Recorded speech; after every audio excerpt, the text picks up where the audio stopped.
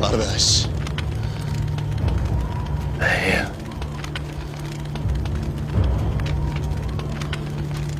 Sultan. Senle bu yolu yürümek şereftir. Turgut Bey. Hakkın helal midir? Sultan. Helal midir beyim?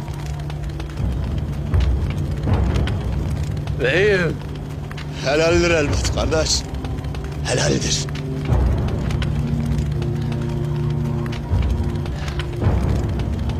Eşhedü en la ilahe illallah. Etme ne edeceksen bana!